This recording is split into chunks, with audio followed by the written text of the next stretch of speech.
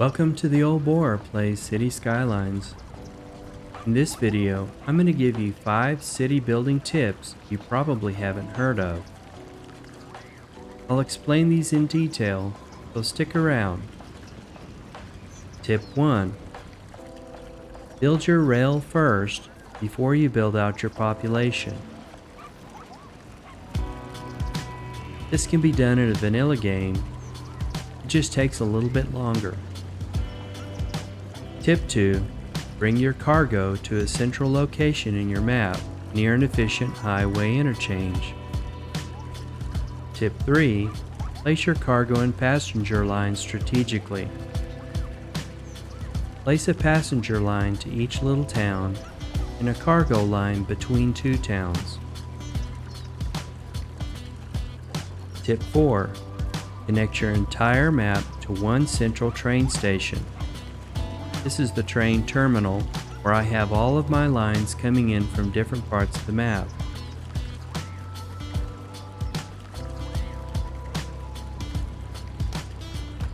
Tip 5. Balance your cities. This is a sub-series of 3 videos that I'm doing on how to balance your cities. In the first video, I balanced out the commercial zones. Typical problem that everybody sees, not enough goods to sell. In video 2, I balanced out my passenger lines, putting in the correct trains, anticipating the growth of my population.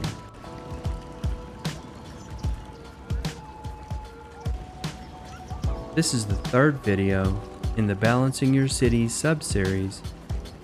I'm doing final tweaks, where I'll be adding in some leisure, another cargo hub, and some industry. And I'm hoping to get to about 200,000 in population and leveling out my demand.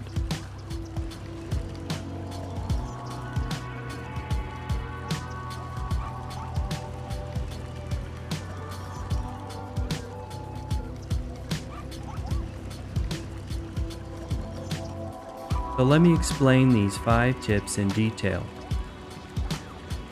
Tip 1. Rail first. Build your rails before you build in your population.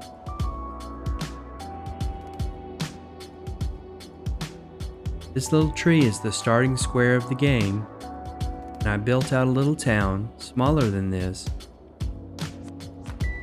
And as soon as I could, I put in a train station connecting it to the next little town.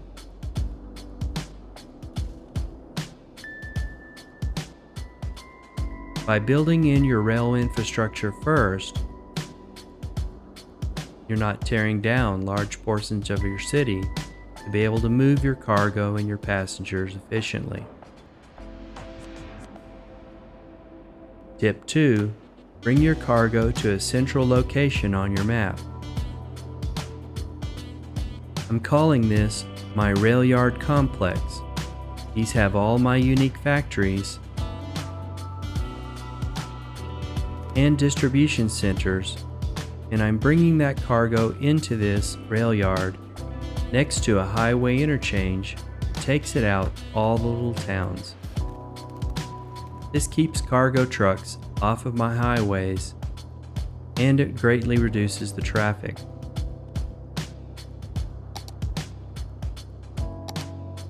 Right now, I have a 76% traffic flow. A lot of people really shoot for 80 and 90%. In a big city, who doesn't have traffic? I'm okay with that percentage. Some people want to go higher, but surprisingly, I haven't used hardly at all Traffic Manager Present Edition on this map.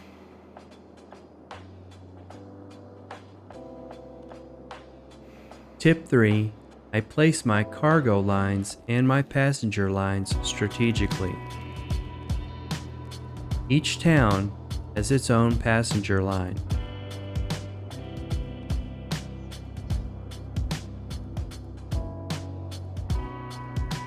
These two towns have their passenger lines. In between two towns, I'm putting in a cargo line to serve those different areas. One of the ways I'm actually able to do that is with a mod called Transfer Controller.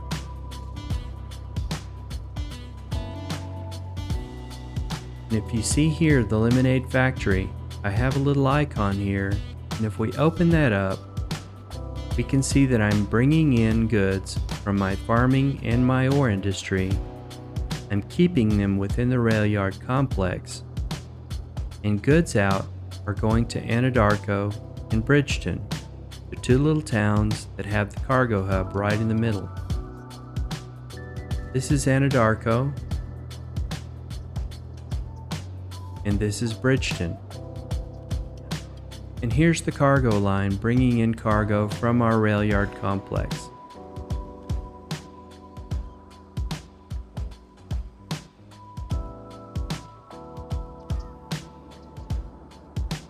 This is one way to balance out your cities, and it comes with the advent of the transfer controller.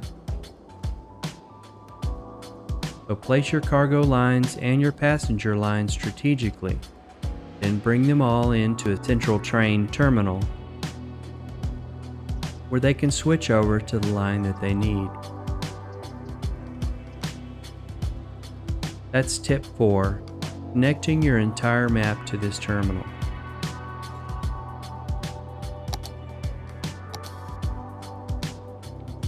If we look at these lines, we can see that I have a major train line connecting out to all the different towns in my map.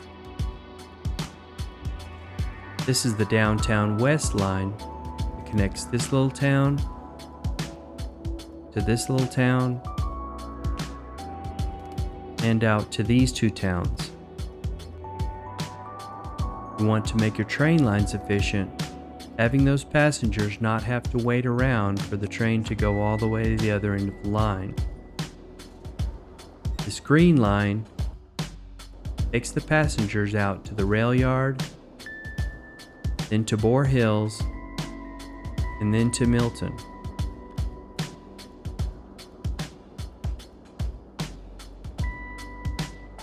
People who work in this rail yard complex can get off here, or they can get onto the downtown line and be taken out to their little towns.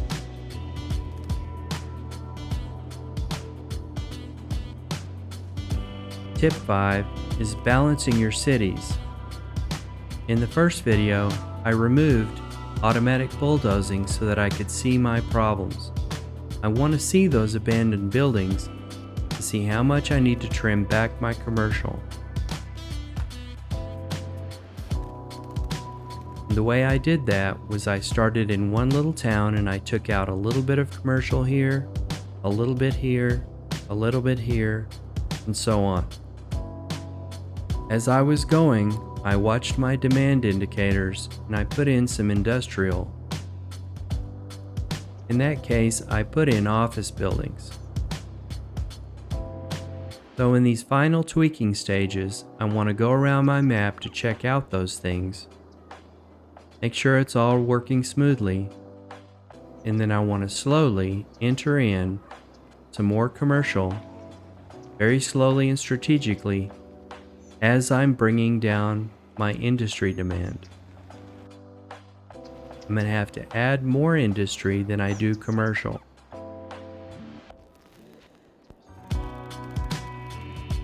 It's going to take a few hours to do this at this population level. I need to have my population grow. A few more bonus tips that I want to give you is, of course, you need to plan your cities correctly, and you need to use road hierarchy. I've got my highway connecting to my arterial roads. Those connect to my collector roads, and those collector roads connect to the local roads. Another thing that I do is in this town center, I'm keeping some of my most important buildings together. Here's your public library, your high school, fire station, police station, hospital, etc. You look at our land value. You can see that our land value is 29 units per square meter. This is what you're looking for. Your Sims are going to pay more taxes and increase your budget.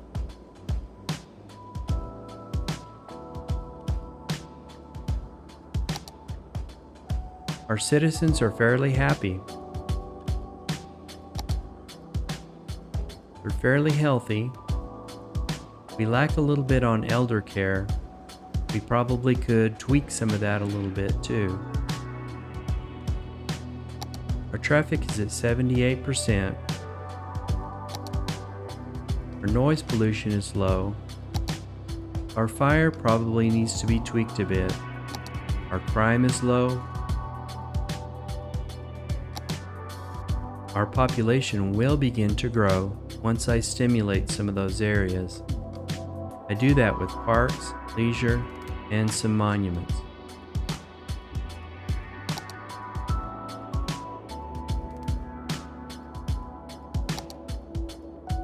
I've painted a district around all these little towns so that I can control those districts and manage them more efficiently.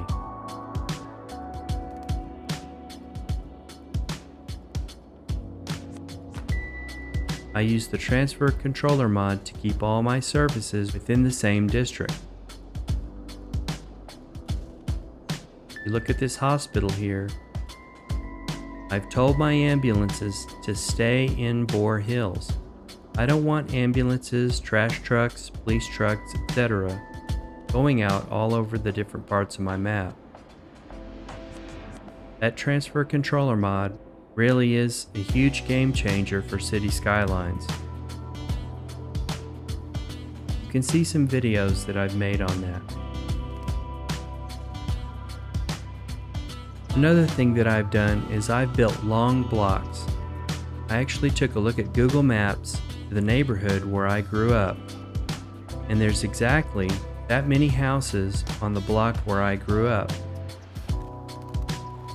If you're going to build grids, which are the most efficient, you could build long blocks if that fits the style that you're building. That keeps those cars off your collector roads for just a little bit longer.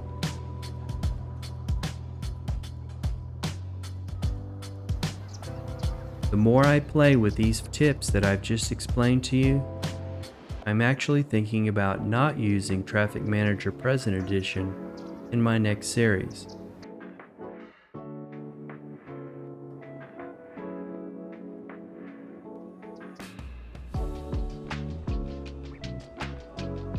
You can control your traffic to some degree by using traffic routes and junctions. If you look at the junctions here, you can toggle these.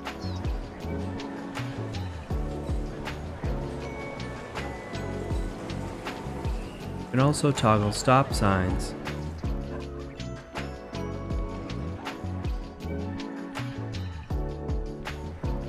Or you can add a traffic light. That's enough for me because I've built my cities correctly.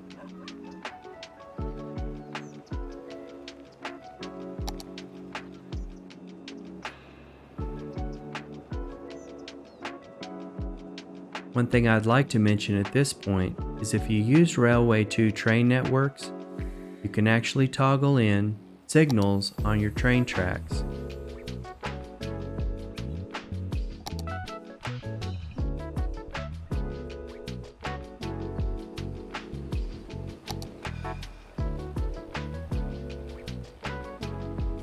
These signals come in when you use your junctions, toggle in those stoplights.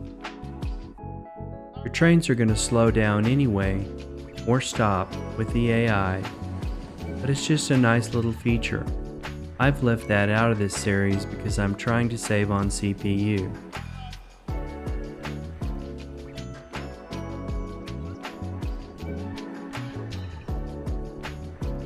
So those are the 5 tips that I use to build out my city. As long as your game can handle it, you can grow all these little cities together into a major metropolis.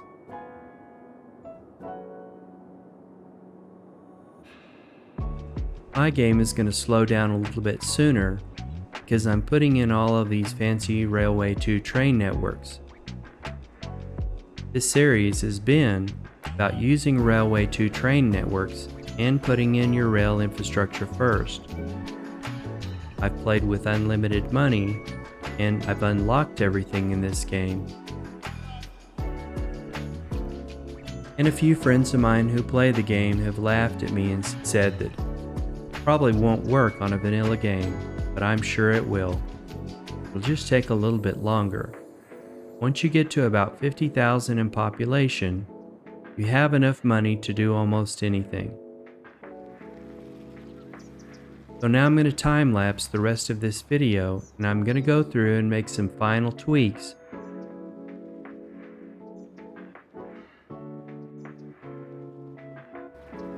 I'm going to put in leisure, another cargo hub. I'm going to check on my cities, balancing them out, and I'm going to level out my demand as I'm watching my population grow. So sit back, relax, enjoy the time lapse.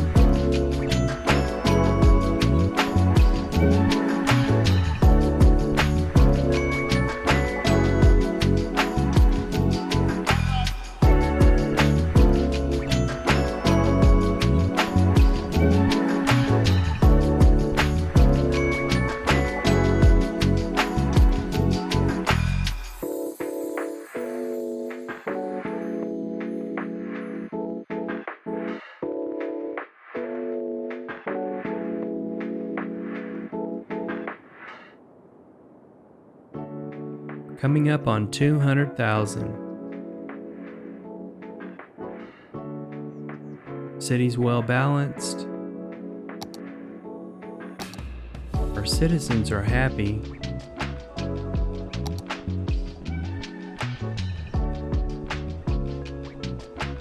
We're healthy. We've got good levels. We've got excellent land value.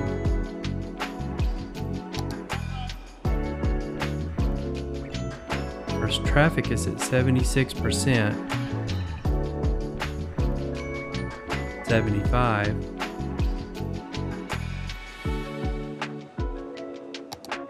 These are all the little towns that I've built out in this series.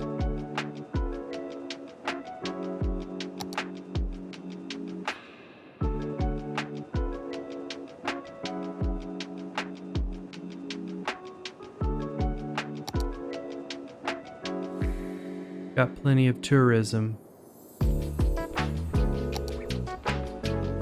Plenty of fishing going on.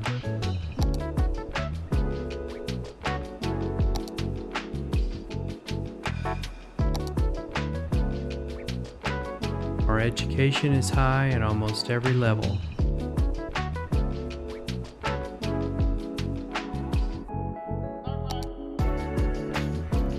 Fairly low noise pollution,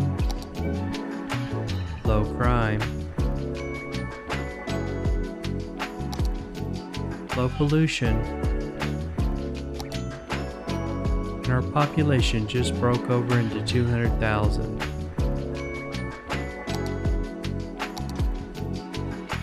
With all this railway 2 infrastructure and all those fancy trains, this is about all that my computer can support. So please stay tuned for my next series. I hope you've enjoyed this series. Hope you've got some ideas out of it that have helped you. And again, thank you for watching the old boar play City Skylines. Take care now.